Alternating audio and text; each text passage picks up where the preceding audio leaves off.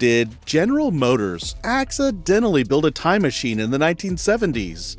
Because what they unleashed wasn't just an RV, it was a road-going spaceship, packed with luxury tech that RV makers wouldn't catch up with for another 3 decades. We're talking air suspension, front-wheel drive, panoramic windows, and a low-slung fiberglass body that looked more Star Wars than station wagon. This is the story of the GMC Motorhome, a machine so radically advanced, it left even future RVs playing catch-up. In the early 1970s, General Motors wasn't just riding high, they were untouchable. This was the golden age of Detroit dominance. GM controlled nearly half of the US auto market. If you were driving a car in America, there was a good chance GM built it. Their divisions were cranking out everything from fire-breathing Pontiac GTO to the land yacht Cadillac Eldorado. They had their hands in trains, buses, tanks, even satellites.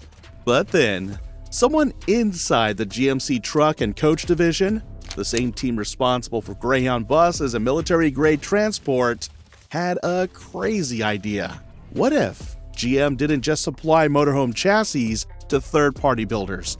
What if they built the entire thing themselves? Most RVs at the time were little more than plywood boxes slapped onto pickup frames. They were built by small coach builders using borrowed parts from Dodge, Ford, or Chevy. Comfort was minimal. Reliability? Questionable. Handling? Don't ask. But GM, being GM, wanted control. They didn't want their name stuck on something janky, so they formed a secretive internal project, codenamed TVS4, short for Travel Vehicle Streamlined 4-Wheel. The goal wasn't just to build a better RV. The goal was to redefine the motorhome altogether, to bring aerospace-level design and automotive-quality manufacturing into a world that was still using sheet metal scissors and hand-screwed paneling. This was a billion-dollar company throwing its full engineering force at what most people considered a side hobby. And they weren't joking around. They brought in aerospace designers, suspension engineers, and even stylists from GM's car division. The frame was designed from scratch. The powertrain was pulled from GM's front-wheel drive Oldsmobile Toronado, one of the most technically advanced cars in GM's lineup. And instead of selling it to third-party converters, GM would build the full thing at their Pontiac, Michigan plant, alongside city buses and commercial trucks. Yes, an RV getting the same assembly line precision as public transit vehicles. Nobody had done anything like this before. And spoiler alert, nobody really has since. What GM created wasn't just another camper. It was a purpose-built futuristic luxury machine designed by the biggest and most powerful automaker in the world, purely because they could. When the GMC Motorhome debuted in 1973, it didn't just turn heads, it bent the laws of physics.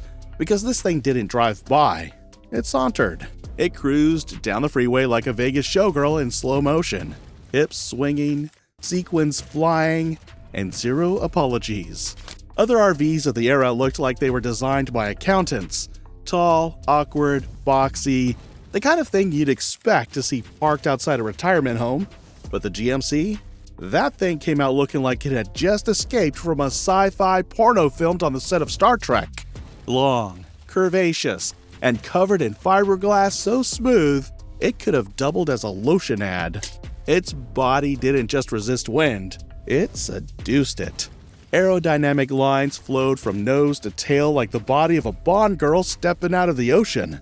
And the paint jobs? Let's just say they weren't shy. You had avocado green, harvest gold, even a few that looked like a creamsicle had an orgasm. Then there was the windshield, a massive wraparound piece of glass that gave the driver a panoramic view of the road, the sky, and possibly their own future poor choices. Honestly, it looked less like a driving aid and more like a softcore movie lens. You couldn't hide in a GMC motorhome. You were putting on a show. Hollywood couldn't have scripted it better. If Saturday Night Fever had a motorhome, it would have looked like this. You half expected Travolta to step out in a white suit, chest hair on full display, asking where the nearest hot tub and cocaine were. And here's the kicker. it still looks futuristic. Park one next to a 2020s RV, and the newer one looks like it's begging the GMC for fashion tips. It's not just design, it's attitude. The kind of ride that doesn't ask permission. It just grabs the keys and makes you late to church. Under the skin, things got even wilder.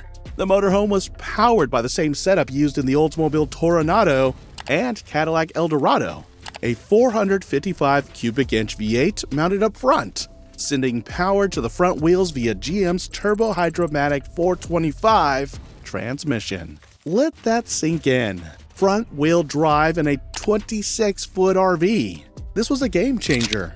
Most RVs had rear-wheel drive setup, which meant the engine sent power all the way to the back, requiring a raised floor, big drive shaft tunnel, and less usable space. But with front-wheel drive, the GMC motorhome could have a perfectly flat, low floor, making it easier to walk through and giving it a surprisingly car-like feel behind the wheel. Handling, too, was shockingly refined. People described it as driving a big station wagon. It didn't bounce or wobble like traditional RVs. It glided. In the back, GM installed a tandem axle setup. Not for extra power, but for weight distribution. The rear four wheels didn't steer or drive, they simply rolled. Here's where it got brilliant.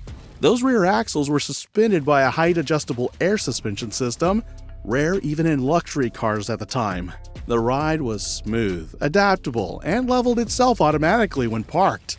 Whether you were cruising down the freeway or settling into a campsite, the vehicle adjusted for comfort and stability. This was tech you'd expect in a Cadillac or high-end bus, not in an RV. Today, you'll find similar setups in high-end coaches and SUVs. Back then, it was practically science fiction. Now, step inside, but only if you're over 18 and emotionally stable, because the interior of a GMC motorhome was less family vacation and more R-rated jungle cruise. First thing you'll notice? The smell.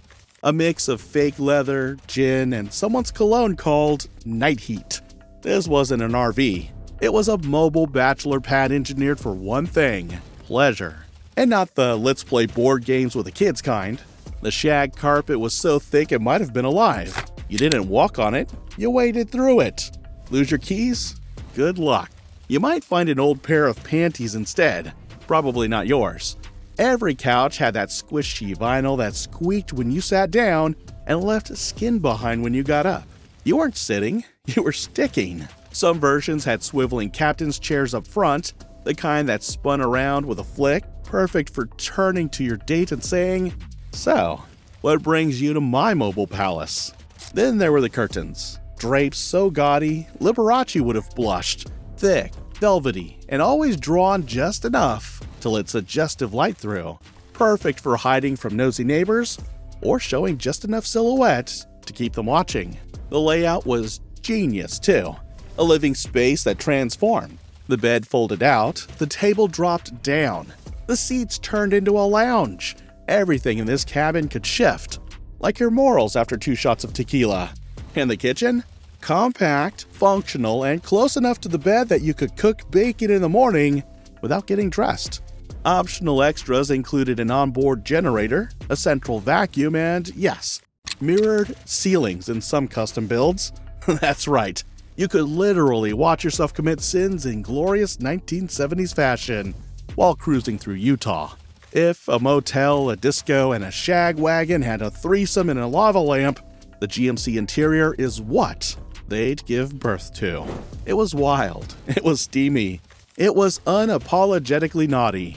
And if those vinyl seats could talk, you'd need to bleep out half this episode.